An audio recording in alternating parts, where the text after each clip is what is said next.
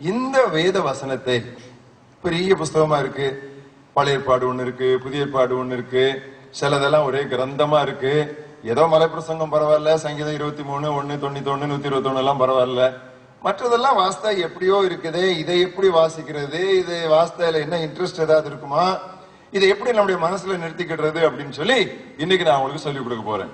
இதை எனக்கு உங்க வயசுல நான் இருக்கும்போது யாராவது சொல்லி கொடுத்திருந்தாங்கன்னா நான் இன்னும் எங்கேயும் நான் போயிருப்பேன். எனக்கு யாருமே சொல்லி கொடுக்கல. பைபிள் படி, பைபிள் படி, பைபிள் படி, நிறைய படி, மனப்பாடம் பண்ணு, ஜெபம் பண்ணு, பைபிள் படி, ஜெபம் பண்ணு, பைபிள் படி, ஜெபம் பண்ணு, அப்படித்தான் சொன்னாங்களே ஒழிய எப்படி பைபிளை படிக்கணும்னு சொல்லி எங்களுக்கு சொல்லிக் கொடுக்கல. இப்போ ஆனா உங்களுக்கு நாங்க சொல்லிக் கொடுக்கணும். நாங்க கஷ்டப்பட்டு படிச்சதை உங்களுக்கு நாங்க சொல்லிக் கொடுக்கறதுனால நீங்க அதுல இருந்து அப்படியே நீங்க உடனே நீங்க மேல போக ஆரம்பிச்சிடலாம். இன்னும் நீங்க அதிகமாக நீங்கள் வளர ஆரம்பிச்சிடலாம். இன்றைக்கு நான் உங்களுக்கு இந்த வேத புத்தகத்தை நீங்கள் எப்படி தியானிக்க வேண்டும் என்று நான் கற்றுக் கொடுக்க போகிறேன். இதை நீங்கள் எப்பொழுதும் உங்களுடைய மனதிலே நீங்கள் இருத்திக் கொள்வீர்களானால் உங்களுடைய வாழ்க்கையிலே ஒரு பெரிய புரட்சி, ஒரு ஆன்மீக புரட்சி, ஒரு பெரிய ஆன்மீக மறுமலர்ச்சி உங்கள் வாழ்க்கையிலே உண்டாகி கொண்டே இருக்கும். 5 குறிப்புகளை மாத்திரம் நான் இந்த கால வேளையிலே உங்களுக்கு சொல்ல போகிறேன். நான் சொல்றதெல்லாம் நீங்க மனசுல வச்சுக்கணும், நோட்ஸ்ல எழுதிக்கணும். வீட்டுல போனோம்னா கூட்டம் எப்படி இருந்துச்சுன்னா நல்லா இருந்துச்சு அப்படின்னு சொல்லுவீங்க. எந்த கூட்டம் நல்லா இல்லாம இருக்கும்? அதுல நிறுத்தக்கூடாது. என்ன நடந்துச்சு, என்ன சொல்லி கொடுத்தாங்க, அதுல நீங்க என்ன தீர்மானம் எடுத்தீங்கன்னு சொல்லி உங்க ஊர்ல, உங்க தெருவுல, உங்க அயலகத்துல இருக்கிற மற்றவங்களெல்லாம் நீங்க கூப்பிட்டு இந்த சத்தியங்கள் எல்லாம் நீங்க சொல்லி கொடுக்கணும். உங்க சர்ச்சில் இருக்கிற சண்டே ஸ்கூல்ல உள்ள வாத்தியார்ட்ட போய், அல்லது டீச்சர்ட்ட போய், அல்லது கூட இருக்கிற லீடர்ட்ட போய் நாங்க அங்க கத்து கொடுத்தாங்க, நம்மளும் நம்ம இதை படிப்போம், இந்த முறையில நாம் வேதத்தை வாசித்தால் தியானித்தால் எவ்வளவு நல்லா இருக்கும் அப்படின்னு சொல்லி நீங்க அவங்களுக்கு எல்லாம் போய் சொல்றதுக்கு அது பிரயோஜனமா இருக்கும். முதலாவது, நீங்க பைபிளை எப்படி படிக்கணும்னா பர்சனலா படிக்கணும். You should take the Bible personally. வேத புத்தகத்தை தனிப்பட்ட முறையிலே தேவனுடைய செய்தியாக நீங்கள் எடுத்துக்கொள்ள வேண்டும். பைபிள் படிக்கும் போது யாரோ யாருக்கோ எழுதி வச்சிருக்கிறாங்க அப்படின்னு சொல்லி படிக்க கூடாது. இந்த பைபிள் படிக்கும் போது யார் யாரோட பேசுகிறது? கடவுள் உன்னோடு பேசுகிறார். இது God's word. இது தேவனுடைய வார்த்தை. இதை வாசிக்கும் பொழுது தேவனுடைய வார்த்தை தேவனுடைய சத்தமாகிறது. God's word becomes God's voice to you when you take God's word as a personal message from him. கடவுளுடைய வார்த்தையை உங்களுக்கு கடவுளிடமிருந்து வருகிற தனிப்பட்ட செய்தி என்று நீங்கள் எடுத்துக்கொள்ளும் பொழுது அது கடவுளுடைய சத்தமாக மாறுகிறது. உங்க எல்லாருக்கும் தெரியும், ஆண்டவராகிய இயேசு கிறிஸ்து காட்டி கொடுக்கப்படுறதுக்கு முன்னால அவர் உட்கார்ந்திருந்தார்ல எல்லாரோட. இந்த ராப்போஜனை பார்த்திருக்கீங்க, அந்த படம் எல்லாம் பார்த்திருக்கீங்கல்ல? ஒரு பெரிய படம். தன்னுடைய 12 சிஷ்யர்களோட கூட கடைசி பந்திக்காக அவர் உட்கார்ந்து இருக்கிறார். அப்ப அவர் என்ன சொல்றாருன்னா, என்னோட சாப்பிடுற ஒருத்தன் என்ன காட்டி கொடுக்க போறான் அப்படின்னு சொல்லி சொன்னார் இல்லையா? அப்படி சொன்னார். உடனே ஒவ்வொருத்தரும் பார்த்து, பேதுருவா இருக்குமோ, யோவானா இருக்குமோ, யூதாசா இருக்குமோ அப்படின்னு ஒருத்தர் அடுத்தவங்களை கெஸ் பண்ணல. இவனாதான் இருக்கும்டா, இல்லடா இவன் தான்டா பைய வச்சிருக்கான், இவனாதான் இருக்கும் அப்படின்னு சொல்லல. ஆனா என்ன பண்ணாங்க தெரியுமா? ஒவ்வொருத்தரும், ஆண்டவரே நானோ நானோ நானோ என்று கேட்க தொடங்கினார்கள் என்று. உங்களில் ஒருவன் காட்டி கொடுப்பான் என்று ஆண்டவர் பொதுவாக சொன்னார்.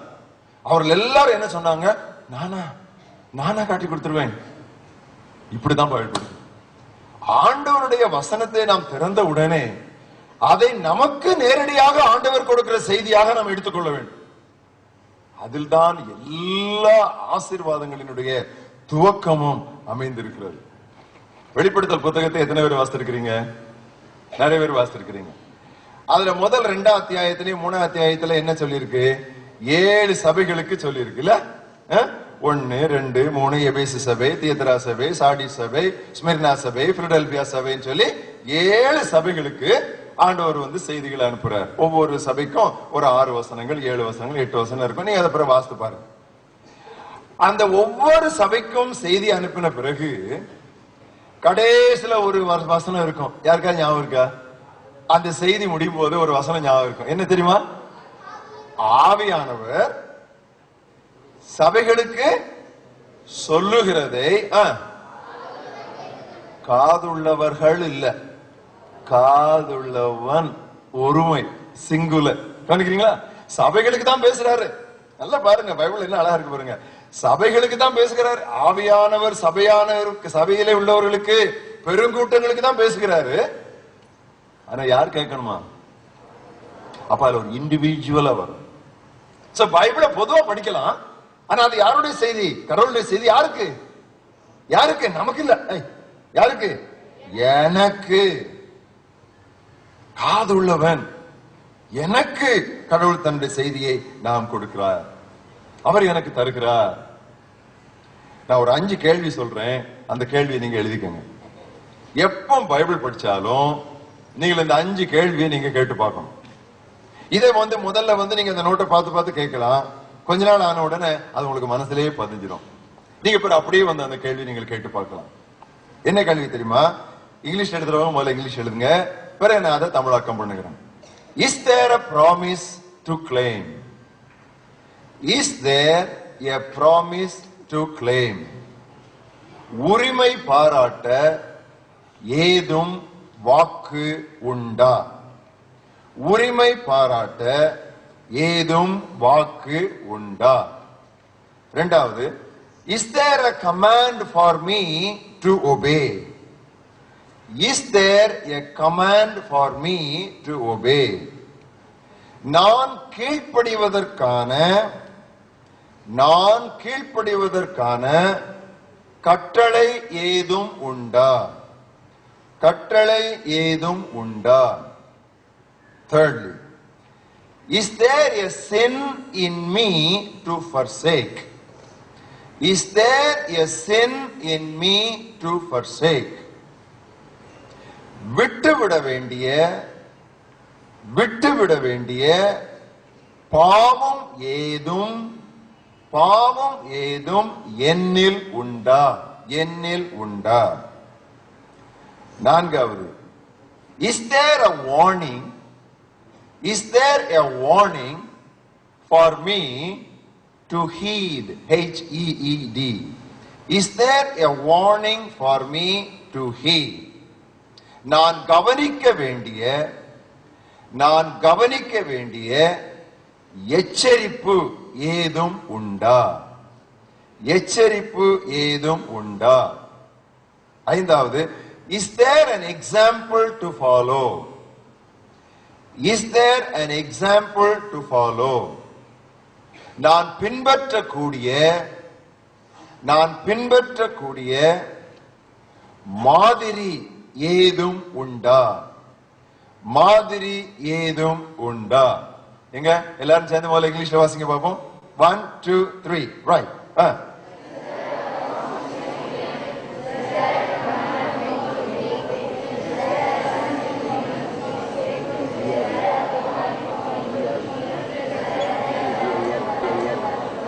இன்னும் சத்தமா எல்லாரும் தமிழ்ல வாசிங்க பாப்போம்.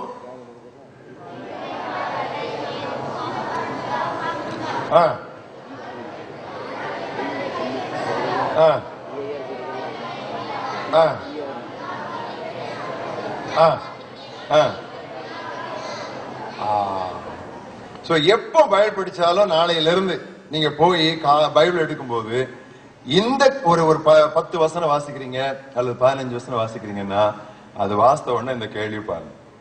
உங்களுக்குன்னு ஒரு நோட்டு வச்சுக்கோங்க. நான் சின்ன வயசுல இருந்து எப்போன்னு சொன்ன தெரியுமா, 16 வயசா இருக்கும்போது ஒரு நோட் எடுத்து வச்சுக்குவேன். அந்த நோட்டுக்கு பேரு பைபிள் நோட். அப்போ இருந்து நான் எழுதின நோட்ஸ் இன்னைக்கு வரைக்கும் எழுதின நோட்ஸ் நான் வச்சிருக்கிறேன். பிறகு கொஞ்சம் நான் பெரிய பையனான பிறகு எனக்கு நல்ல அருமையான டைரிஸ் எல்லாம் கிடைக்கும். சார்ல்ஸ் டிக்கன்ஸ் யூஸ் பண்ண டைரி எனக்கு வாங்கி கொடுத்தாங்க. சோ அந்த டைரியில எல்லாம் நான் எழுத ஆரம்பிச்சேன். இப்ப அந்த டைரி தான் நான் யூஸ் பண்றேன். சோ அந்தந்த வருஷத்துல நான் என்ன பண்ணுவேன், கடவுள் என்னோடு கூட பேசினது, நான் பைபிள்ல படிச்சதெல்லாம் எழுதி வச்சிருப்பேன். எல்லாத்தையும் அப்படி வரிசையா அடுக்கி வச்சிருக்கேன். அப்பப்போ எடுத்து பார்ப்பேன். 64 என்ன படிச்சேன், 75 என்ன படிச்சேன்னு பார்ப்பேன். என் மகாட்ட நான் சொன்னேன், அப்பா செத்த பிறகு கொஞ்சம் தான் நான் எழுதியிருக்கிறேன், ஆனா இதுல நிறைய இருக்கு. 75% அப்பா இன்னும் பிரசங்கமும் பண்ணல, கட்டுரைகளும் எழுதல. எனக்கு பிறகு நீங்க அதெல்லாம் எடுத்து நீங்க எல்லாரும் யூஸ் பண்ணுங்க. அதுக்கு முன்னால நான் இதெல்லாத்தையும் கம்ப்யூட்டர்ல போட்டு போயிடுறேன் அப்படின்னு சொல்லி சொன்னேன். அப்ப பாருங்க, நம்ம எழுதி வைக்கல அப்படின்னு சொல்லி சொன்னா எல்லாம் அப்படியே காத்தாய் பறந்து. இப்பவே நீங்க ஆரம்பிச்சிடும். இந்த கேள்விகளை எந்த பகுதி என்று எழுதி அந்த கேள்விகள் ஒன்னொன்னா போட்டு நீங்க என்ன கண்டுபிடிச்சீங்கன்னு சொல்லி எழுதுங்க. ஒரு வாரம் முடிஞ்ச உடனே அந்த ஒரு வாரம் நீங்க என்னெல்லாம் படிச்சிருக்கீங்க அப்படின்னு சொல்லி நீங்க பார்க்கணும். இதுதான் உங்கள் வாழ்க்கையிலே டெய்லி மன்னா, அனுதின மன்னா. இதுதான் உங்களுக்கு அன்றன்றுள்ள அப்பம். This is your daily bread. மனிதன் அப்பத்தினாலே மாத்திரமல்ல, ஆண்டவருடைய வாயிலிருந்து புறப்படுகிற ஒவ்வொரு வார்த்தை. புரியுதா? ஆண்டவருடைய வாயிலிருந்து புறப்படுகிற வசனம் என்று இல்ல, ஆண்டவருடைய வாயிலிருந்து புறப்படுகிற ஒவ்வொரு வார்த்தை. பாருங்க, அது எவ்வளவு முக்கியம். Every word that proceeds out of the mouth of God, that's how man shall live. நீங்க எல்லாரும் ஏதாவது தினசரி தியானம் யூஸ் பண்றீங்களோ என்னமோ தெரியாது. இன்னைக்கு ஆண்டவருடைய கிருபையினால இந்தியாவிலும் தமிழகத்திலும் அநேக தினசரி தியானங்கள் இருக்கிறது. போன வருஷம் நான் ஒரு தினசரி தியானம், என்னுடைய 40 ஆண்டுகளாக நான் எழுதிய கட்டுரைகளின் முக்கியமான சாராம்சங்களை எல்லாம் எடுத்து நான் ஒரு தினசரி தியான நூல் நான் வெளியிட்டேன். அது ஆங்கிலத்திலும் உண்டு, தமிழிலும் உண்டு. ஆங்கிலத்திலே அது பெட்டர் எவ்ரி டே, தமிழிலே அது நாளொரு மேனி, how you can become better every day என்று சொல்லி. இது 365 பக்கங்கள் மட்டுமல்ல, 432 பக்கங்கள் உள்ளது. ஏராளம் இதற்கு போதுமான வேத வாசிப்பு உதவிகள், அநேக ஜெபங்கள் எல்லாம் இதில் கொடுக்கப்பட்டிருக்கிறது. உங்களுடைய FMB மிஷனரிகள் மற்ற அநேக தலைவர்கள் இதை ஒழுங்காக பயன்படுத்திக் கொண்டிருக்கிறார்கள். இது மற்ற மொழிகளிலும் இப்பொழுது மொழியாக்கம் செய்யப்பட்டுக் கொண்டிருக்கிறது. உங்களுக்கு முடியுமானால், விருப்பமானால் உங்கள் பெற்றோரை இதை உங்களுக்கு வாங்கி கொடுக்க சொல்லுங்க. அது உங்களுடைய வாழ்க்கையிலே பிரயோஜனமாக இருக்கும். அது ஒரு பக்கம் இருக்கட்டும். ஆனால் தினசரி தியான நூல்களோடு நீங்கள் நிறுத்திவிடக்கூடாது. நீங்களே நேரடியாக தோண்டி தேவனுடைய வசனத்திலிருந்து அன்றன்றைக்குரிய செய்தியை நீங்கள் பெற்றுக்கொள்ள வேண்டும். இரண்டாவதாக, முதலாவதாக பைபிளை எப்படி எடுக்கணும்? Take it personally as a message from God. இரண்டாவதாக நீங்கள் என்ன செய்யணும்னு சொன்னா, ரீட் த பைபிள் obediently. பைபிளை அல்லது திருவசனத்தை கீழ்ப்படிதலின் மனப்பான்மையோடு வாசிக்க வேண்டும். அது ரொம்ப முக்கியம். கீழ்ப்படிதலின் மனப்பான்மையோடு வாசிக்க வேண்டும். கீழ்ப்படிய மனதுள்ளவர்களுக்கு தான் ஆண்டவர் தன்னுடைய வசனத்தை விளக்கி காட்டுகிறார். உங்க அப்பா அல்லது உங்க அம்மா உங்களுக்கு ஒரு சின்ன வேலை கொடுக்குறாங்க, நீங்க அந்த வேலையை செய்யல. அடுத்தாப்புல நிக்கிறீங்க, மம்மி நான் என்ன செய்யட்டும் அப்படிம்பாங்க. நான் முதல்ல சொன்னதை செய்ய அப்படிம்பாங்க. சொல்லுவாங்கல்ல, ஏற்கனவே சொன்னதை செய்யன்னு சொல்லுவாங்கல்ல. அதே மாதிரிதான் ஆண்டவர் நமக்கு ஏற்கனவே கொடுக்கிற கட்டளைகளுக்கு நாம் கீழ்ப்படியாவிட்டால் கூடுதல் வெளிப்பாடுகளையும் கூடுதல் வசனங்களையும் ஆண்டவர் நமக்கு தரவே மாட்டார். சிலர் என்கிட்ட கேட்பாங்க, ஆனா கொஞ்ச நாள் பைபிள் படிச்சா நல்லா இருந்துச்சு, இப்பெல்லாம் பைபிள் படிக்கும் போது ரொம்ப ட்ரையா இருக்கு. சும்மா அப்படி படிக்கிறோம், வசனங்கள்லாம் நல்லா இருக்கு, அண்டர்லைன் எல்லாம் பண்றோம், ஆனா அங்கிருந்து ஒன்னும் செய்தி வந்த மாதிரி இல்லையே. முந்தியெல்லாம் மான்குட்டி துள்ளுகிறது போல துள்ளி வரும் தேவனுடைய வசனத்தை திறந்த உடனே. இப்ப அப்படிலாம் ஒண்ணும் வர மாட்டேங்குது, ரொம்ப ட்ரையா இருக்குது அப்படிம்பாங்க. அதுல ஒன்னும் பெரிய பரம ரகசியம் ஒன்னும் இல்லை. ஏற்கனவே ஆண்டவர் சில காரியங்களை சொல்லியிருப்பாரு, நீங்க அதுக்கு கீழ்ப்படிஞ்சிருக்க மாட்டீங்க. கீழ்ப்படியலன்னா திரும்ப திரும்ப கீழ்ப்படியாதவங்ககிட்ட நாள் முழுவதும் ஆண்டவர் ஏன் கை நீட்டிக்கிட்டே இருக்கணும்? கீழ்ப்படியாதவங்கிட்ட ஏன் ஆண்டவர் இன்னும் சில காரியங்களை சொல்லி அவருக்கு தான் கேவலம். அது கீழ்ப்படுகிறவங்க யாருன்னு பார்த்து அவங்க பக்கம் அவர் திரும்பிடுவார். இஸ்ரவேல் ஜனங்கள் அவருடைய ஜனங்கள் தான், அவருடைய சொந்த ஜனங்கள் தான். சொல்லி சொல்லி பார்த்தாரு, கீழ்ப்படியல. என்ன பண்ணாரு? சரிதான்ப்பா நீ போ அப்படின்னு சொல்லி அவர் புறவேனத்தார்கிட்ட போயிட்டாரு. அவ்வளவுதான். உலகத்துல ஆளா இல்ல. சோ கீழ்ப்படியாமல் நாம் தேவனுடைய வசனத்தை வாசிக்க நாம் துவங்கினால் அடுத்து ஆண்டவருடைய வசனத்திலே நமக்கு ஒரு வெளிப்பாடோ ஒரு முக்கியமான ஒரு சத்தியமோ நமக்கு கிடைக்கவே கிடைக்காது. ஒரு பைபிள் டிரான்ஸ்லேட்டர் இருந்தார். பைபிள் டிரான்ஸ்லேட்டர்னா தெரியுமா? வேத மொழியாக்கம் பண்றவங்க இல்ல. நமக்கு வேதத்தை தமிழ்ல மொழியாக்கம் பண்ணது போல உலகத்துல எத்தனையோ மொழிகள் இருக்கிறது, அதுவும் ஆதிவாசி மொழிகள், ட்ரைபல் லாங்குவேஜஸ். அப்படி ஒரு ட்ரைபல் லாங்குவேஜ்ல டிரான்ஸ்லேட் பண்றதுக்கு ஒரு பைபிள் டிரான்ஸ்லேட்டர் நல்லா அதனுடைய எல்லா முறைகளையும் அதனுடைய சூத்திரங்கள் எல்லாம் படிச்சுட்டு போனார். அங்க போய் அவர் பைபிளை டிரான்ஸ்லேட் பண்ண ஆரம்பிக்கிறார். எப்படி டிரான்ஸ்லேட் பண்ணுவாரு? ஒன்னொன்னா சொல்லி சொல்லி அந்த ட்ரைபல் பீப்புளை சுத்தி உட்கார வச்சு அவங்களுடைய மார்க்கெட்டுக்கு போய் அவங்களுடைய மொத்த கூடுகைகள்ல போய் அவங்க என்னெல்லாம் சொல்றாங்கன்னு பார்த்து பார்த்து எழுதுவாரு. இவருக்கு எழுத முடியலன்னு சொன்னா உடனே ஒரு டேப் ரெக்கார்டரை போட்டு ரெக்கார்ட் பண்ணுவாரு. இப்படியே அவர் ஒவ்வொரு வார்த்தையா பிக்கப் பண்ணிட்டு வந்தார். ஆனா ஒரு வார்த்தைக்கு மட்டும் அவருக்கு சரியான அந்த பதம் கிடைக்கல. என்ன வார்த்தை தெரியுமா? கீழ்ப்படிதல் என்பதற்கு அந்த ஆதிவாசி மொழியில, அந்த காட்டு ஜனங்களுடைய மொழியில கீழ்ப்படிதல்ங்கிறதுக்கு ஒண்ணுமே கிடைக்கல.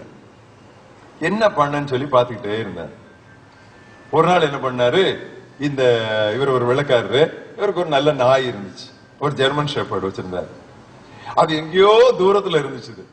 அப்ப இவர் என்ன பண்ணாரு, அந்த நாய்க்கு பேரு ஜாக்கி. அவர் என்ன பண்ணாரு, ஜாக்கி அப்படின்னாரு. உடனே அங்க இருந்து அது கேலப் பண்ணி இவர்கிட்ட ஓடி வந்துச்சு. உடனே பக்கத்துல வந்து அந்த காட்டு வனவாசி மனுஷன் ஒருத்தன் நின்னா. அவன் என்ன சொல்லலாம் தெரியுமா, your talk is all ears அப்படின்னா. அதாவது உன் நாய் உடம்பு பூரா காதா இருக்கு அப்படின்னா. உடம்பு பூரா என்னதான் இருக்கா, காதா இருக்கு அப்படின்னா. அப்போ இவருக்கு புரிஞ்சிருச்சான், ஓஹோ கீழ்ப்படிதல்னா காதுன்னா அது கரெக்ட் போல அப்படின்னு சொல்லி அந்த மொழியாக்கத்துல கீழ்ப்படிதல் வருகிற இடத்துல காது, காதுள்ளவன் கேட்க கடவன் சொல்லி டிரான்ஸ்லேட் பண்ணாராம். அதேதான் அந்த நாட்கள்ல அடிமைத்தனம் இருந்தது தெரியுமா, அடிமை வியாபாரம் இருந்தது தெரியுமா, நல்லா தெரியும்ல. அடிமை வியாபாரம், ஒரு ஆளை அடிமையா பிடிச்சா என்ன செய்வாங்க தெரியுமா, என்ன செய்வாங்க, கதவுல கொண்டு போய் ஒரு பெரிய ஈட்டி எடுத்து அவன் காத அந்த கதவோட குத்துவாங்க. குத்திட்டு பிறகு அந்த ஈட்டி எடுத்துருவாங்க. அந்த ஓட்டை எப்பவுமே இருக்கும். அதனுடைய அடையாளம் என்னன்னு சொன்னா, அவன் எதுவுமே கீழ்ப்படியாம போகக்கூடாது, எஜமான் சொல்ற எல்லாத்துக்கும் அவன் கீழ்ப்படியணும் அப்படின்னு சொல்லி அர்த்தம். இன்றைக்கு கூட நாம் ஆண்டவருக்கு அடிமை இல்ல, ஆண்டவருக்கு அடிமை தானே. நான் இயேசுவின் அடிமைன்னு சொல்லி பாடுகிறோம் இல்லையா. அப்ப பைபிள்ல நம்ம என்னென்னலாம் படிக்கிறோமோ அதெல்லாம் உடனே கீழ்ப்படுகிறதுக்கு நாம் ஆயத்தமாக இருக்கணும். சில நேரங்கள்ல நமக்கு புரியாது, புரியுமா, புரியாது. புரிஞ்சாதான் கீழ்ப்படிவேன்னு சொல்லி சொன்னா அது கீழ்ப்படியாம. நம்முடைய அறிவு குறைவுள்ளது, அப்படித்தானே. நாம எல்லாம் கோழி குஞ்சு அறிவுள்ளவர்கள். நம்ம ரொம்ப பெஸ்டா இருந்தா கூட நமக்கு வந்து எவ்வளவு குறைந்த அறிவு உண்டு. ஐன்ஸ்டீன் வந்து ஒரு பெரிய சயின்டிஸ்ட், கேள்விப்பட்டிருக்கீங்களா? ஐன்ஸ்டீன் ரொம்ப பெரிய சயின்டிஸ்ட்ல. இப்ப வந்து அவருடைய செஞ்சுரி, இது வந்து அவருடைய செஞ்சுரின்னு சொல்லி எல்லாம் கொண்டாடுறோம். ஏன்னா இந்த வருஷம் வந்து இன்டர்நேஷனல் இயர் ஆஃப் பிசிக்ஸ். அவர் 2 பூனை வச்சிருந்தாராம். பூனை சின்ன பூனை, இன்னொரு பூனை பெரிய பூனை. சின்ன பூனை வீட்டுக்குள்ள வர்றதுக்கு ஒரு சின்ன ஓட்டை போட்டிருந்தாராம். பெரிய பூனை வீட்டுக்குள்ள வர்றதுக்கு இன்னொரு பெரிய ஓட்டை போட்டிருந்தார். இது எத்தனையோ வருஷமா அந்த சின்ன பூனை அந்த சின்ன ஓட்ட வழியா வருமா, பெரிய பூனை பெரிய ஓட்ட வழியா வரும். இவர் ஒரு பெரிய சயின்டிஸ்ட். ஒரு நாள் ஐன்ஸ்டீனுடைய ஃப்ரெண்டு வந்தாராம். வந்து அவர்கிட்ட கேட்டாராம், ஏன் 2 ஓட்டை போட்டிருக்கீங்க அப்படின்னா. இவர் சொன்னாராம், சின்ன ஓட்டை சின்ன பூனைக்கு, பெரிய ஓட்டை பெரிய பூனைக்கு. அப்ப ஃப்ரெண்டு சொன்னாராம், சின்ன ஓட்டை இதுக்கு, பெரிய ஓட்டையிலே சின்ன பூனையும் வந்துடும்ல அப்படின்னாராம். அடப்பாமே, இவ்வளவு நாள் எனக்கு அது புரியலேன்னு. புரியுதா? பெரிய சயின்டிஸ்ட். அப்பதான் சொன்னாராம், நம்ம எல்லாருக்கும் கொஞ்சம் குறைவா தான் இருக்குது. அவரு என்ன கண்டுபிடிச்சாரோ அதை வச்சுதான் இன்னைக்கு பௌதீக உலகம், வேர்ல்ட் ஆஃப் பிசிக்ஸா இருக்குது. E = mc², அதுலதான் எல்லாமே இருக்குது. அந்த தியரி ஆஃப் ரிலேட்டிவிட்டியில தான் எல்லா சயின்ஸும் இன்னைக்கு based, especially physical sciences. But இந்த சின்ன பூனைக்கு போன ஓட்டையெல்லாம் அவர் மாட்டிக்கிட்டார்.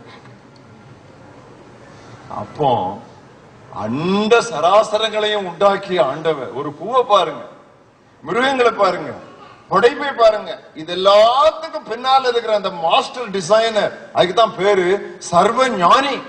God is omniscient. நம்ம எல்லாம் ஒவ்வொரு பிரான்ச் ஆஃப் சயின்ஸ், அவர் not just multi science, omniscience. He is omniscient. எல்லாம் அறிஞ்சவரு. அவர் ஒரு புக் எழுதி கொடுத்திருக்காரு. இது எனக்கு புரிஞ்சாதான் நான் கீழ்ப்படிவேன் அப்படின்னு சொல்லக்கூடாது. கீழ்ப்படிந்தால் புரியும். சொல்லுங்க, கீழ்ப்படிந்தால் புரியும். இதெல்லாம் முக்கியமான வார்த்தை. கீழ்ப்படிந்து பாருங்கள், அது உங்களுக்கு பிறகு அது தெளிவாக அது புரிந்துவிடும். ஒரு சின்ன குட்டி பையன் இருந்தான், அவன் பேரு சாமுவேல். சாமுவேலே சாமுவேலே, யாரோ கூப்பிடுறாங்கன்னு நினைச்சிட்டு இருந்தான். ஒரு முறை 2 முறை, பிறகு அந்த ஏலி புரிந்துகிட்டான், கடவுள் பிள்ளைய கூப்பிடுறாரு அப்படின்னு சொல்லி. சாமுவேலே சாமுவேலே. அப்ப என்ன சொன்னா, கர்த்தாவே சொல்லும், அடியேன். அன்னையில இருந்து கடவுள் அவனோட பேச ஆரம்பிச்சிட்டேன். சோ பைபிள் படிக்கும் போதெல்லாம் உங்களுடைய ஆட்டிடியூட் அப்படிதான் இருக்கணும். கர்த்தாவே சொல்லும், அடியேன் கேட்கிறேன். நீ சொல்லுங்க ஆண்டவரே, நீர் என்ன சொல்லணும் என்ன சொல்லுங்க, அதை நான் கண்டிப்பா செய்யறேன் அப்படின்னு சொல்லி நீங்க ஆண்டவருக்கு சொல்லணும். உங்க மைண்ட்ல அவ்விதமான ஒபீடியன்ட் ஆட்டிடியூட் இல்ல அப்படின்னு சொல்லி சொன்னா ஆண்டவர் உங்களுக்கு கால தியானத்துல எந்த ஒரு பயனும் தரவே மாட்டார். புரியுதா? புரியுதா உங்களுக்கு? எப்படி பைபிள் படிக்கணும்னு புரியுதா? This is the second step in Bible study. மூன்றாவது, நீங்க பைபிளை எப்படி வாசிக்கணும்னு சொன்னா, hear the Bible or read the Bible believingly. விசுவாசித்து நீங்கள் தேவனுடைய வார்த்தையை வாசிக்க வேண்டும். வேறு விதமா சொல்ல வேண்டுமானால், தேவனுடைய வார்த்தையை வாசிக்கும் பொழுது அதை நீங்கள் விசுவாசிக்க வேண்டும். எபிரேயர் 4ஆம் அத்தியாயம் 2ஆம் வசனம். எபிரேயர் எடுப்பீங்களா? எங்க இருக்கு? பழைய ஏற்பாடுலயா புதிய ஏற்பாடுலயா? பழைய ஏற்பாடுலயா? எபிரேயர் பழைய ஏற்பாடுல இருக்காங்க, ஆனா எபிரேயர் நிருபம் புதிய ஏற்பாடுல இருக்கு. எடுங்க எபிரேயர் 4ஆம் அதிகாரம் 4ஆம் அத்தியாயம் 2ஆம் வசனம். சுவிசேஷம் அவர்களுக்கு அறிவிக்கப்பட்டது போல நமக்கும் அறிவிக்கப்பட்டது. ஆண்டவருடைய வார்த்தை அவங்களுக்கும் வந்துச்சு, நமக்கும் வந்துச்சு. ஆனால் கேட்டவர்கள் விசுவாசம் இல்லாமல் கேட்டபடியினால் அவர்களுக்கு அந்த வசனம் பிரயோஜனப்படவில்லை. They heard the gospel just as we heard the gospel. The message of God came to them just like it comes to us. But because it was not mixed with faith, it did not benefit them. It did not profit them. அப்ப அந்த பைபிளை நம்ம படிக்கும்போது இது யாருடைய வார்த்தைன்னு விசுவாசிக்கணும்? தேவனுடைய வார்த்தை. நான் சொல்றேன், அது எல்லாரும் திருப்பி சொல்லுங்க. The Bible is the word of God. The Bible is the word of God. Bible கடவுளுடைய வார்த்தை. எல்லாம் சேர்ந்து சொல்லுங்க. பைபிள் கடவுளுடைய வார்த்தை. அரை மணி நேரம் நீங்க பைபிள் வாசித்தா நீங்க என்ன சொல்லலாம் தெரியுமா? அரை மணி நேரம் கடவுள் என்னோட பேசினாருன்னு சொல்லலாம். அப்படிதானே? வேற விதமா சொல்லலாம். அரை மணி நேரம் பைபிள் படிச்சா 30 நிமிஷம் கடவுள் என்னோட பேசினாருன்னு சொல்லலாம். கரெக்டா? புரியுதா? சொல்ற பாயிண்ட் உங்களுக்கு புரியுதா? அப்ப அந்த பைபிள் படிக்கிறது கடவுள் பேச சொல்றாங்க. நீ காலையில என்ன கடவுள் பேசினாருன்னு சொல்லி ஆவோன்னு குதிப்பான்னு தினம் என்னோட பேசுறாரு. ஏன்னா பைபிள் வாசிக்கும் போதெல்லாம் யார் நம்மோட பேசுறா? யார் பேசுறா? கடவுள் நம்மோட கூட பேசுற அப்படின்னு சொல்லி நம்ம விசுவாசிக்கணும். அப்படி விசுவாசிக்கலன்னு சொன்னா அது வெறும் தலையறிவா தான் இருக்கும். ஒரு சின்ன பையன் இருந்தான், உங்களை மாதிரிதான். சேப்பலுக்கு வெளியே போய் ஆராதனை முடிஞ்ச உடனே மொட்டு போட்டு ஜெபம் பண்ண ஒரு மரத்தடி. என்ன ஜெபம் பண்ணா தெரியுமா? ஒரு அடி இறக்கம், ஒரு அடி இறக்கம், ஒரு அடி இறக்கம் ஜெபம் பண்ணா. என்னடா ஒரு அடி இறக்கம், ஒரு அடி இறக்கம் ஜெபம் பண்றான்னு சொல்லிட்டு இயேசுவே நாமத்திலே ஒரு அடி இறக்கம் ஆமேன்னா ஐயர் பார்த்துட்டு இருந்தாரு, பாஸ்டர். அந்த பையன் ஒரு அடி இறக்கம், ஒரு அடி இறக்கம் சொல்லி சொல்லி முடிச்சுட்டானே அப்படின்னு சொல்லி, என்னப்பா தம்பி ஜெபம் பண்ண? ஒரு அடி இறக்கம் ஜெபம் பண்ணி என்ன அப்படின்னு? அது எங்க அப்பாவுக்கா ஜெபம் பண்ண அப்படி. என்ன உங்க அப்பாவுக்கு பிரச்சனை? ஒரு அடி இறக்கம், ஒரு அடி இருக்குன்னு இல்ல. அவருக்கு பைபிள் கவர்ல இருந்து கவர் வரைக்கும் தெரியும், பட் எல்லாம் தலையில தான் இருக்குது. ஒரு அடி இறங்கி எங்க ஹார்ட்டுக்கு வர்றதுக்காக ஜெபம் பண்ண. அது ஒரு எளிய ஒரு காரியம் தான், ஆனா அதுல ஒரு உண்மையான சத்தியம். நம்மள அநேக பைபிள் நிறைய தலையில வச்சிருக்கோம், பட் அதுல இருதய விசுவாசம் இல்லாததுனால அது கேட்கிறவங்களுக்கு ஒரு பிரயோஜனம் கிடையாது. அது ஒரு சரித்திர புத்தகம் மாதிரி இருக்கும், ஒரு பாட புத்தகம், அவ்வளவுதான். எத்தனையோ புத்தகங்கள் இருக்க உலகத்துல, அந்த மாதிரி இது ஒரு புத்தகமா இருக்கும். ஆனா விசுவாசிக்கும் பொழுதுதான், இந்த வாசிக்கிறதை நீங்கள் விசுவாசிக்கும் பொழுதுதான் அது தேவனுடைய வார்த்தையாக உங்களுக்கு ஒரு உண்மையான ஒரு பலனை தரும். நீங்க 4 காரியங்களை நீங்கள் கேட்டு விசுவாசிக்க வேண்டும். எழுதிக் கொள்ளுங்கள். 1, what God says about himself. விசுவாசிக்கணும் சொல்லும் போது நீங்க எதை விசுவாசிக்கணும்? 1, what God says about himself. கடவுள் தம்மை பற்றி என்ன சொல்லுகிறார்? கடவுள் தம்மை பற்றி என்ன சொல்லுகிறார்? 2, what God says about myself. What God says about myself. கடவுள் என்னை பற்றி என்ன சொல்லுகிறார்? கடவுள் என்னை பற்றி என்ன சொல்லுகிறார்? 3, what God says about the world. What God says about the world. கடவுள் உலகை பற்றி என்ன சொல்லுகிறார்? கடவுள் உலகை பற்றி என்ன சொல்லுகிறார்? 4வது, what God says he will do in me. What God says he will do in me. கடவுள் என்னில் என்ன செய்வதாக சொல்லுகிறார். கடவுள் என்னில் என்ன செய்வதாக சொல்லுகிறார். இந்த கேள்விகளுக்கு உங்களுக்கு பதில் கிடைக்கும் பொழுது உங்கள் இருதயத்தில் விசுவாசம் அப்படியே வளரும். சில நேரங்களில் எனக்கு அப்படி விசுவாசம் ரொம்ப குறைஞ்ச மாதிரி இருக்கு. எப்பவும் போல நம்ம மலையுச்சியிலே இருக்க மாட்டோம். சில நேரம் ஆண்டவர் மேல அப்படி ஒரு பற்று, அப்படி விசுவாசம் ரொம்ப ஸ்ட்ராங்கா இருக்கும். சில நேரம் அப்படி ரொம்ப டிப்ரெஸ்டா ஒரு ஃபெய்த்தே இல்லாத மாதிரி இருக்கும். உடனே என்ன செய்வேன் தெரியுமா?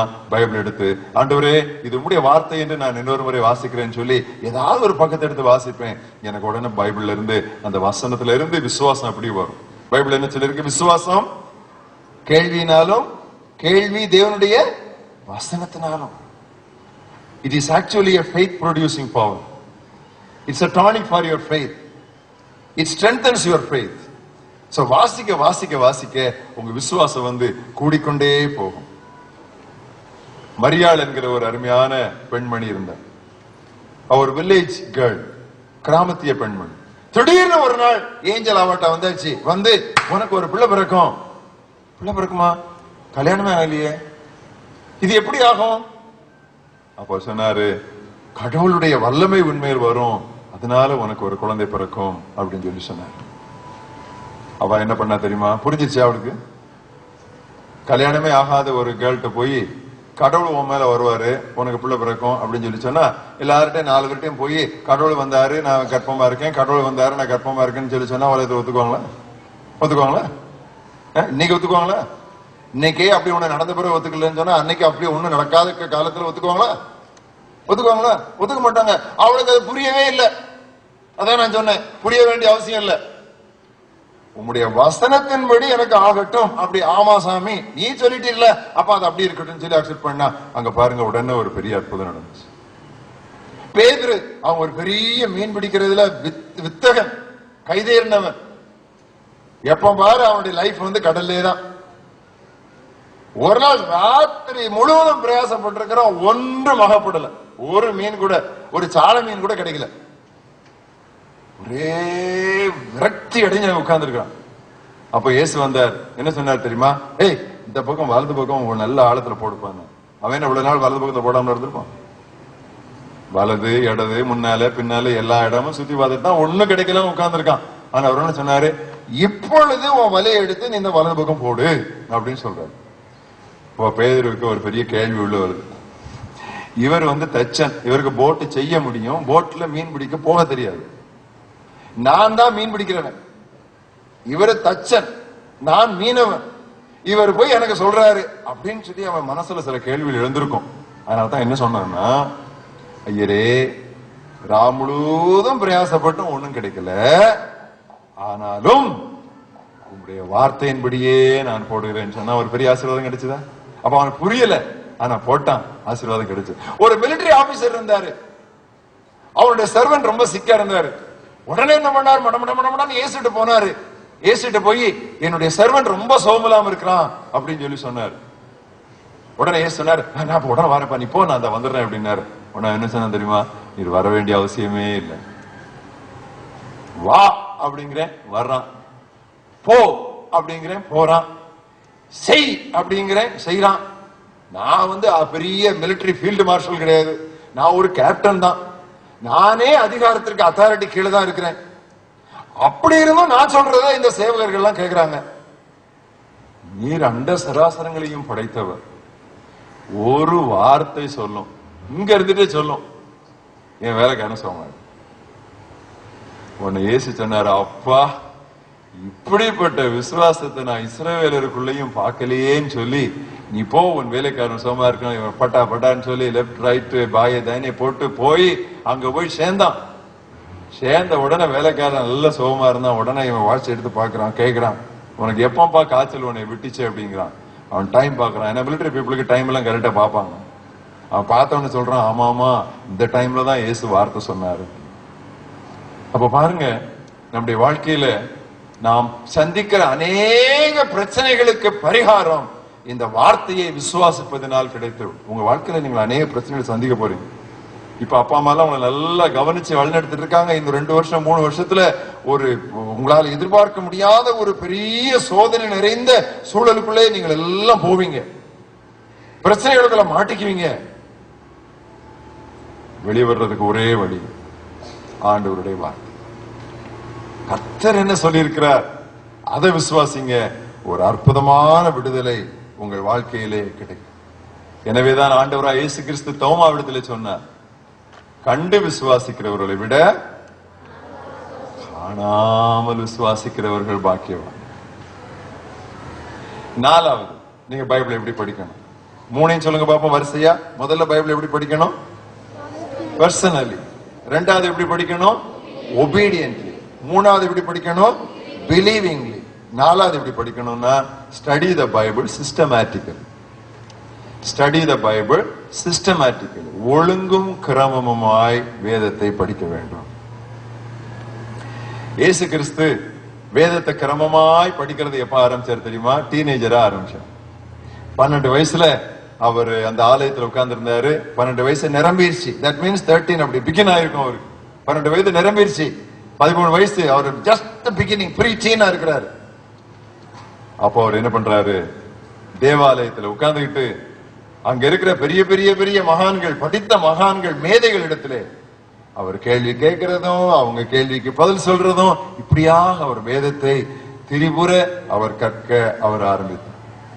அப்ப அவங்க அம்மா வந்து கேட்டாங்க, ஏன்பா நீ இந்த மாதிரி உட்கார்ந்துட்ட, எல்லாம் தான் முடிஞ்சதே, ஊருக்கு போயிருக்க வேண்டியதானே, எங்களோட வந்திருக்கலாம்ல, நீ சொந்தக்காரங்களோட இருப்பான்னு நினைச்செல்லாம் நாங்க போயிட்டு இருந்தோம், நீ இங்க தங்கிட்டியே அப்படின்னு சொல்லி சொன்னா. அவர் என்ன சொன்னாரு? என்னுடைய பிதாவின் வேலையாய் நான் இருக்க வேண்டும் என்று நீங்கள் அறியீர்களா? இன்னொரு விதமா சொன்னா, பைபிள் படிக்கிறது ஆண்டவருடைய வேலை. நீ நினைக்க கூடாது பைபிள் படிக்கிறது வேஸ்ட் ஆஃப் டைம் நினைக்க கூடாது. வெளியே போய் பிரசங்கம் பண்றது ஊழியம்தான். ஆனா பைபிள் படிக்கிறீங்க பாருங்க, அது ஆண்டவருடைய ஒரு பெரிய வேலை, அது ஆண்டவருடைய ஒரு பெரிய பணி, அதுதான் ஆயத்தம். 3.5 வருஷம் தான் ஆண்டவர் வந்து ஊழியம் செய்தாரு. 30 வருஷம் ஆயத்தப்பட்டார். குறைந்தது 18 வருஷமாவது ஆயத்தப்பட்டார். இன்னைக்கு வந்து 1 வருஷம் கூட ஆயத்தப்படாம எல்லாரும் ஏதோ பெரிய பெரிய ஊழியங்கள்ல இறங்கிடுறாங்க. அதனால தான் எல்லா விதமான குழப்படிகள். ஈவன் ஆண்டவர் கூட 12 வயசுலயே அவ்வளோ தெரிஞ்ச ஆண்டவர் கூட இன்னும் 18 வருஷம் அவர் ஆயத்தப்பட்டு தான் அவர் ஊழியத்துக்கு போனார். இது உங்களுக்கு ஆயத்த நாள். நேற்றைய தினத்திலே ராத்திரியிலே நான் யூத்துக்கு பேசினேன். அப்ப மிஷினரி அழைப்பு கொடுத்தேன். ஏறக்குறைய 150-200 வாலிபர்கள் கண்ணீரோடு முன்னால் வந்து தங்களுடைய வாழ்க்கையை மிஷினரி பணிக்கு அர்ப்பணித்தார்கள். இன்னும் ஒரு சில ஆண்டுகளிலே நீங்கள் அந்த வரிசையிலே வந்து சேர்வீர்கள். இந்த நாட்களை உங்களுடைய ஆயத்த நாட்களாக எடுத்துக்கொள்ளும். நான் சிறு வயதில் இருக்கும் பொழுது எங்களுடைய அம்மா ஒவ்வொரு நாளும் ரொம்ப கட்டாயப்படுத்தி பைபிள் படிக்கணும், பைபிள் படிக்கணும், பைபிள் படிக்கணும் அப்படின்னு சொல்லி சொல்லுவாங்க. யோசிப்பேன், இவ்வளவு கட்டாயப்படுத்துறாங்களே, காலை சாப்பாடு கூட தரமாட்டேங்கிறாங்களே நினைப்பேன். ஆனா அன்னைக்கு நான் பைபிள் படிச்சதுனால இன்னைக்கு உங்களுக்கு முன்னால நான் நின்று ஆசீர்வாதமான ஒரு ஊழியத்தை நான் செய்து கொண்டிருக்கேன். நீங்க கிரமமா நீங்க பைபிள் படிக்கணும்னா என்ன செய்யணும் தெரியுமா? முதலாவது ஒரு நல்ல பைபிள் வாங்கணும். என்ன செய்யணும்? இந்த பொடி பைபிள் வேலையெல்லாம் விட்டுறணும். நல்ல பெரிய பைபிளா வாங்கணும், பெரிய எழுத்து வாங்கணும். கண்ணு தெரியாதனால இல்ல, பெரிய பைபிள் வாங்கினா தான் நல்ல மார்ஜின்லாம் இருக்கும். மார்ஜின் கேள்விப்பட்டிருக்கீங்களா? மார்ஜின் இந்த பாருங்க, என்னுடைய பைபிள் இருக்கு பாருங்க. இந்த பைபிள்ல நான் நிறைய எழுதி வச்சு, நிறைய மார்ஜின் இருக்கு, பெரிய லெட்டர். இது எனக்கு கண்ணு தெரியாம இல்ல, கண்ணு தெரியாத தான் கண்ணாடி போட்டுருக்கேன். பட் இது எதுக்குன்னு சொன்னா, ஸ்ட்ரெயின் இல்லாம அப்படி பார்த்த உடனே அந்த பேஜில் இருக்கிறது நமக்கு தெரியணும். அப்படி பைபிள் வாசிக்கணும், இப்படி நம்ம ஸ்ட்ரெயின் பண்ணி வாசிக்கணும். சோ அது முதலாவது நீங்க செய்ய வேண்டிய காரியம். பாக்கெட் மணி உங்களுக்கு கிடைக்கும். கிறிஸ்துமஸ் வரும். கிறிஸ்துமஸ் வரும்பொழுது சொல்லுங்க, எனக்கு இந்த வருஷம் ட்ரெஸ் வேண்டாம், நிறைய ட்ரெஸ் இருக்கு, எனக்கு ஒரு நல்ல பைபிள் வேணும் அப்படின்னு சொல்லி வீட்டுல சொல்லி ஒரு நல்ல பைபிள் வாங்க. எத்தனை பேர் இங்கிலீஷ் மீடியத்துல படிக்கிறீங்க? ஏ அப்பா, தமிழ்நாடா இது? சரி சரி, வெரி குட். எத்தனை பேர் படிக்க கைகளை கொடு. எத்தனை பேர் ஒழுங்கா இங்கிலீஷ் பைபிள் வாசிக்கிறீங்க? இங்கிலீஷ் பைபிள் பாத்தீங்களா? கைகளை கொடு. இதுலதான் நம்ம பெற்றோர், நம்முடைய பாஸ்டர்ஸ் எல்லாம் ஒழுங்கா வேலை செய்யாம இருக்க. English medium, science, physics, chemistry, mathematics இதெல்லாம் படிக்கிறதுக்கு இங்கிலீஷ். பைபிள் படிக்கிறதுக்கு தமிழ். தமிழ் பைபிள் படிக்கிறது தப்பு இல்ல. ஆனா தமிழ் பைபிள் படிச்சீங்கன்னா ஒரு நாளும் தமிழ்நாட்டுக்கு வெளியே போய் நீங்க ஊழியம் செய்ய முடியாது. இன்னைக்கு தமிழ்நாட்டில தான் இந்தியாவிலேயே தலை சிறந்த எல்லா ஊழியக்காரங்களும் இருக்காங்க. ஆனால் முக்காவாசி பேருக்கு மற்ற மாநிலங்கள்ல போய் இங்கிலீஷ்ல பிரசங்கம் பண்ண முடியாது. தமிழ்ல பேசி அவங்க மற்ற மொழியில டிரான்ஸ்லேட் பண்ணுவாங்க. ஆனா வட இந்தியாவில் இருக்கிறவங்களுக்கு தமிழ் யாராவது பேசினாங்கன்னா பிடிக்காது. ஏன் பிடிக்காது அப்படின்னு சொல்லி சொன்னா, அவன் அங்க காசியில இருந்து, கங்கையில இருந்து, லக்னோவில இருந்து, வாரணாசியில இருந்து ராமேஸ்வரத்துக்கும் திருச்செந்தூருக்கும் அவன் வந்து புனித யாத்திரை வரும் பொழுது நம்ம ரயில்வே ஸ்டேஷன்ல இருக்கிற எல்லா போர்ட்லயும் இந்திய நம்ம வந்து தார் வச்சு அழிச்சிருக்கிறோம். தாய்மொழியை படித்தவனை அவன் சும்மா விட மாட்டான். அப்ப நீ மெட்ராசி, உனக்கு வந்து ஹிந்தினா அவ்வளவு வெறுப்பு. நீ தமிழ்ல போய் அங்க பிரசங்கம் பண்ணின்னு சொன்னா உன்னுடைய கூட்டத்தை கண்டிப்பா அவன் கலைப்பான். ஒண்ணு நீ இந்தியில பேசு, அதுதான் தேசிய மொழி, அல்லது குறைந்தது இங்கிலீஷ்லயாவது பேசு, தமிழ்ல பேசாது. நான் இன்னைக்கு நான் உங்களுக்கு சொல்றேன், நான் வந்து இங்கிலீஷ்ல இம்ப்ரூவ் ஆனது, நான் இங்கிலீஷ் மீடியம் படிச்சல, நான் தமிழ் மீடியத்துல தான் படிச்சேன். ஆனா எப்படி நான் இங்கிலீஷ் இம்ப்ரூவ் பண்ணேன்னு சொன்னா, முதல்லயே நான் ஒரு இங்கிலீஷ் பைபிள் எடுத்து தமிழ் பைபிள்ல எனக்கு என்னெல்லாம் தெரியுமோ அது எல்லாத்தையும் நான் இங்கிலீஷ் பைபிள்ல படிச்சு நான் மெமரைஸ் பண்ணேன். இன்னைக்கு எனக்கு தமிழிலும் கட்டுரை எழுத முடியும், ஆங்கிலத்திலும் எனக்கு கட்டுரை எழுத முடியும்.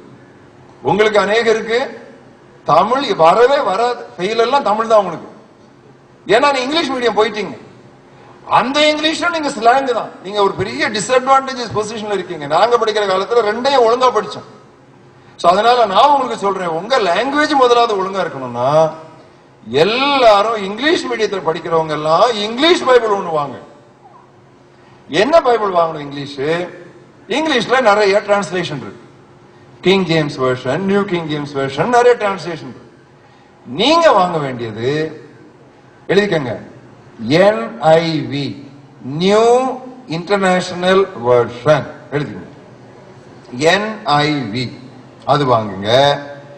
அதை விட ரொம்ப எளிதா இருக்கணும்னா, இன்னும் ரொம்ப சிம்பிள் இங்கிலீஷா இருக்கணும்னா GNB எழுதிக்கங்க.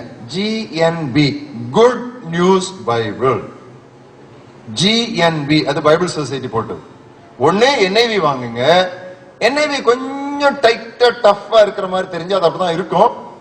என்ன செய்யுங்கன்னா GNB வாங்குங்க. சரி, குட் நியூஸ் பைபிள் உங்களுக்கு ரொம்ப டைட்டா தெரிஞ்சதுன்னா, டஃப்பா தெரிஞ்சதுன்னா TLB வாங்குங்க. தி லிவிங் பைபிள்.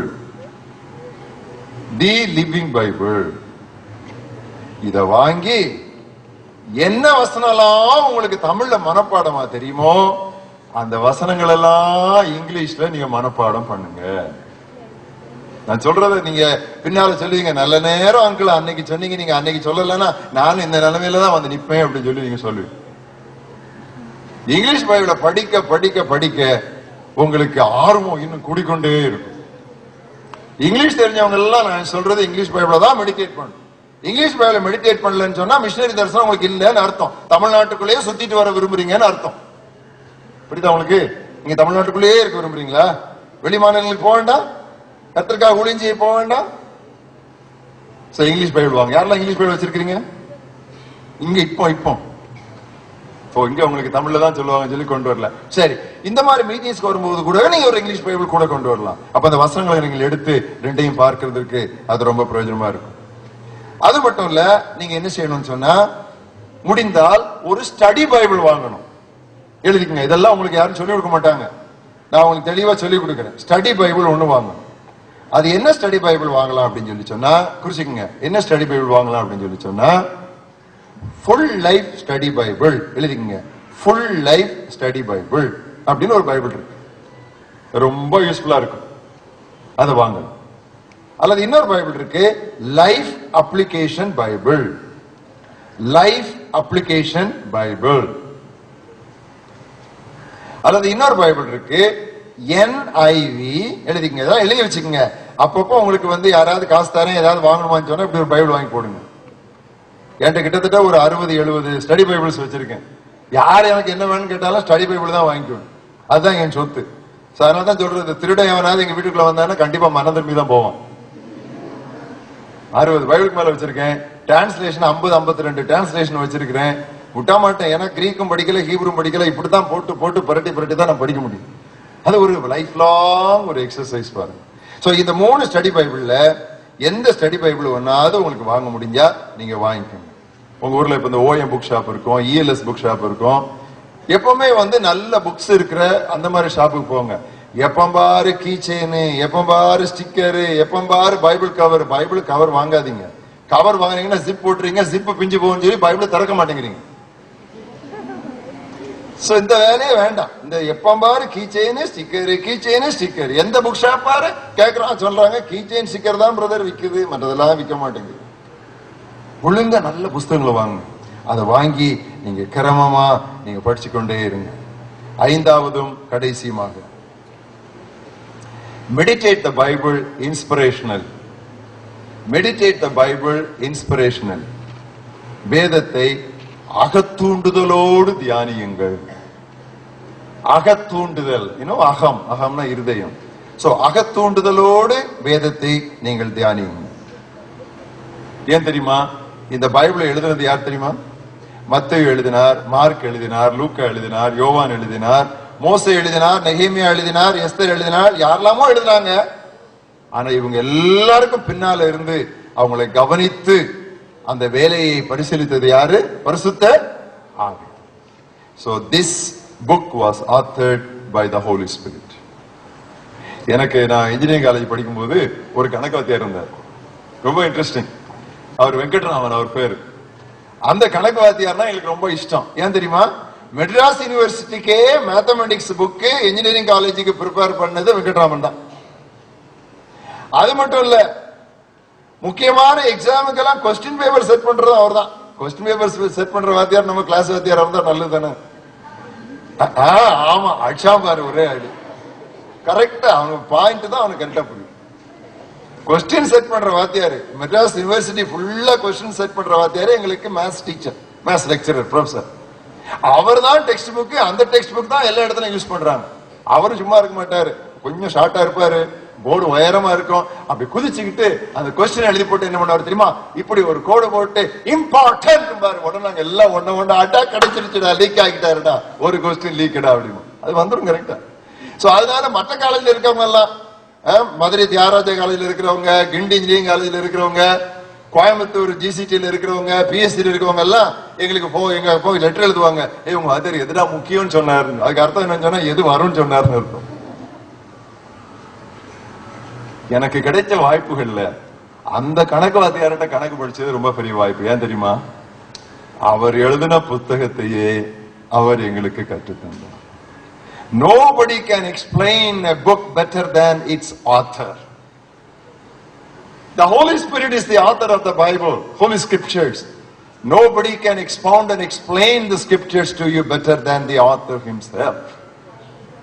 அதனால்தான் நம்ம சொல்றோம், எப்பவும் பைபிள் திறக்கும் போது, இது எங்க பாட்டிமா எனக்கு சொல்லி கொடுத்தாங்க. என்ன சொல்லி கொடுத்தாங்க தெரியுமா?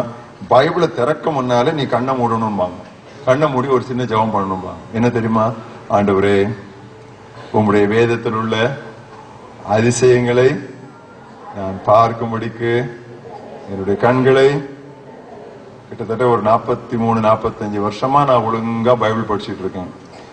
உண்மையே சொல்லுகிறேன், எப்போ பைபிளை திறந்தாலும் என்னை அறியாம இந்த ஜெபம் என்னுடைய வாயிலிருந்து வந்து, நான் பைபிளை படிக்கும் பொழுது ஒரு பெரிய லேர்னர் ப்ரொஃபசர் மாதிரி போய் படிக்க போக மாட்டேன். ஒரு சிறு பிள்ளையை போல நான் பைபிளை போய் படிக்க போவேன். ஒவ்வொரு முறை படிக்கும் பொழுதும் பரிசுத்த ஆவியானவர் புதிய புதிய சத்தியங்களை அதிலிருந்து வெளியே கொண்டு வருகிறார். நீங்களே உங்களுடைய முயற்சியில எல்லாத்தையும் படிக்க நினைக்காதீங்க. ஆண்டவரே எனக்கு சொல்லித்தாங்க. என்னுடைய மூத்த சகோதரர்கள், என்னை ஆண்டவருக்குள்ளே வழிநடத்தினவர்கள் இன்னொன்னு சொல்லி கொடுத்தாங்க. என்ன சொல்லி கொடுத்தாங்க தெரியுமா? ஸ்டான்லி, பைபிள் படிக்கும் போது முழங்கால இருந்து பைபிள் படின்னு சொல்லுவாங்க. ஏன்னா அது எப்படி சார்? என்னை வழிநடத்தினது ஒரு வாத்தியாரு. எப்படி சார் முழங்கால இருந்து நீ படிக்கணும்னு சொன்னா, நீ படிச்சு பாரு அப்படின்னு. அநேக நேரங்கள்ல, அதுவும் குறிப்பாக செய்திகள் ஆயத்தப்படுத்தும் பொழுது உட்கார்ந்து நான் இவ்வளவு காரியங்களை ஆயத்தம் பண்ணுவேன். பட் கடைசியில் அந்த செய்தியினுடைய முக்கியமான சாராம்சத்துக்குள்ள வரும்பொழுது முழங்கால் போட்டு பைபிளை திறந்து வச்சுக்கிட்டு நான் படிப்பேன். ஏன்னு சொன்னா, ஆண்டவருக்கு முன்பாக ஒரு தொழுகையின் பாவனையோடு, in a posture of worship, ஆண்டவரே இது உம்முடைய வார்த்தையை நான் பிரசங்கம் பண்ண போறேன், உம்முடைய வார்த்தையை தியானிக்க போறேன்னு சொல்லி ஆண்டவரை நோக்கி பார்க்கும் பொழுது திறந்த இருதயம், திறந்த வேதம், ஒரு திறந்த வானத்தினுடைய ஆசீர்வாதத்தினாலே ஆண்டவர் நிரப்புவார். வேத வசனம் என்ன தெரியுமா? குறிச்சுக்குங்க. A hammer to break us. The Bible is a hammer to break us. நம்மை உடைக்கும் சம்மட்டி, நம்மை உடைக்கும் சம்மட்டி. It's a fire to burn us. It's a fire to burn us. நம்மை உருக்கும் நெருப்பு, நம்மை உருக்கும் நெருப்பு. It's meat to build us. Meat, M-E-A-T. It's meat to build us. நம்மை உருவாக்கும் உணவு, நம்மை உருவாக்கும் உணவு. Rain to bless us. Rain to bless us. நமக்கு உயிரூட்டும் மழை, நமக்கு உயிரூட்டும் மழை. A sword to battle against Satan. A sword to battle against Satan. பிசாசுக்கு விரோதமாய் போராட ஒரு பட்டயம், பிசாசுக்கு விரோதமாய் போராட ஒரு பட்டயம். இன்றைக்கு நீங்கள் ஒரு தீர்மானம் எடுக்க வேண்டும். ஆண்டவரே, இந்த முகாமில் இருந்து நான் போகிற இந்த நாள் முதல் வேதம் இல்லாத ஒரு நாளை வீணடித்த ஒரு நாளாக நான் நினைத்துக் கொள்வேன். A day without the Bible is a wasted day. எல்லாரும் முழங்கால் படிடுங்க. உங்கள் எல்லாரும் நான் ஒரு தீர்மானத்திற்குள்ளே இப்பொழுது நான் வழிநடத்த போகிறேன். நீங்கள் எடுக்க போகிற இந்த தீர்மானம் உங்களை மட்டுமல்ல, நீங்கள் யார் யாரை இந்த உலகத்திலே என்றென்று சந்திக்க போகிறீர்களோ, எங்கெங்கே சந்திக்க போகிறீர்களோ, அங்கெல்லாம் அவர்களுக்கு ஒரு பெரிய ஆசீர்வாதமாக அது மாறும். எல்லா முழங்கால் படியிடுங்கள். கூடுமானால் நேர்முழங்காலில் நில்லுங்க. இப்பொழுதே நீங்கள் நேர்முழங்காலில் நிற்க கற்றுக்கொள்ள வேண்டும். அது பின்னாலே உங்களுக்கு ஒரு நல்ல பழக்கமாக அமையும். நேர்முழங்காலில் நில்லுங்கள், கரங்கூப்புங்கள், தலை வணங்குங்கள். ஆண்டவர் நமக்கு ஒரு அருமையான வேத புத்தகம் கொடுத்தார். எல்லாரும் நம்ம முழங்காலில் இருந்து முதலாவது அந்த ஆங்கில பல்லவியை பாடும். அந்த BIBLE என்கிற பாடலை பாடும். எல்லாம் கண்ணு மூடுங்க. The BIBLE, yes, that's the book for me. I stand alone on the word of God. The BIBLE, வேத புத்தகம், எனக்கேற்ற புத்தகம், நான் நிற்கும் தேவ வாக்கு தானே வேத புத்தகம். எல்லாரும் உங்க பைபிளை கையில் எடுத்துக்கொள்ளுங்க. கையில பைபிள் எடுத்து கையை உயர்த்திக் கொள்ளுங்கள். கண்கள் மூடி இருக்கட்டும். முழங்காலில் நின்று உங்கள் வேத புத்தகத்தை உங்களுடைய வலது கரத்தில் எடுத்து உயர்த்தி கொண்டு இந்த அருமையான பல்லவியை, காலம் போற்றும் இந்த பல்லவியை ஆங்கிலத்திலும் தமிழிலும் உற்சாகமாக பாடுவோம். 1, 2. The BIBLE, yes, that's the book for me. I stand alone on the word of God. The BIBLE, வேத புத்தகம், எனக்கேற்ற புத்தகம், நான் நிற்கும் தேவ வாக்கு தானே வேத புத்தகம். Once more. வேத புத்தகம், எனக்கேற்ற புத்தகம், நான் நிற்கும் தேவ வாக்கு தானே வேத புத்தகம். எல்லாரும் ஒரு தீர்மானங்கள் எடுங்கள். ஆண்டவரே, இன்று முதல் நான் நியூஸ் பேப்பர் படிக்கிறேனோ படிக்கலையோ, டிவி பார்க்கிறேனோ பார்க்கலையோ, பள்ளிக்கூடத்திற்கும் கல்லூரிக்கும் போகிறேனோ போகவில்லையோ, உங்களுடைய வேதத்தை படியாமல் ஒரு நாளையும் நான் கழிக்க மாட்டேன். தீர்மானம் விடுங்க. குறைந்தது 30 நிமிடங்கள். ஆண்டவர் நமக்கு 24 மணி நேரங்கள் ஒரு நாளிலே கொடுத்திருக்கிறார். அந்த 24 மணி நேரத்திலே தசம பாகம் 10 என்றால் ஏறக்குறைய 2.5 மணி நேரம் வரும். அதை கூட நான் கேட்கவில்லை. 1 மணி நேரம் கூட நான் கேட்கவில்லை. அரை மணி நேரம், அதாவது 50ல் ஒரு பகுதி, 50ல் ஒரு பகுதி, அவ்வளவுதான் அரை மணி நேரம். ஆண்டவர் நமக்கு 24 மணி நேரங்கள் கொடுத்திருக்கும் பொழுது 50ல் ஒரு பகுதியை கூட நம்ம ஆண்டவர் கொடுக்க கூடாதா? அது நியாயம் தானே? அதை நினைவில் வைத்து ஒரு தீர்மானம் விடுங்க. நேரம் இல்லை என்று சொல்லி நான் மற்றவர்களுக்கு நேரம் இல்லாமல் போட்டோம், ஆனா பைபிள் படிக்கிறதுக்கு நேரம் இல்லைன்னு சொல்லி நான் சொல்ல மாட்டேன். ஒரு அரை மணி நேரமாவது நான் தினமும் என்னுடைய ஆண்டவருடைய வேத புத்தகத்தோடு செலவிடுவேன்.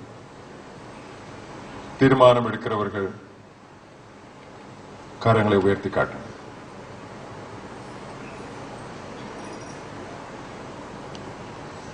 ஏறக்குறைய அத்தனை பேரும் தீர்மானம் எடுத்தீர்கள். எடுத்த தீர்மானத்தினை நிலைத்து நிற்க ஆண்டவர் உங்களுக்கு உதவி செய்வார். ஏனென்றால் பரிசுத்த விருப்பங்களை நமக்குள்ளே உருவாக்குகிறவர் தேவனே. அவர் அந்த விருப்பங்களை நிறைவேற்றவும் உதவி செய்வார்.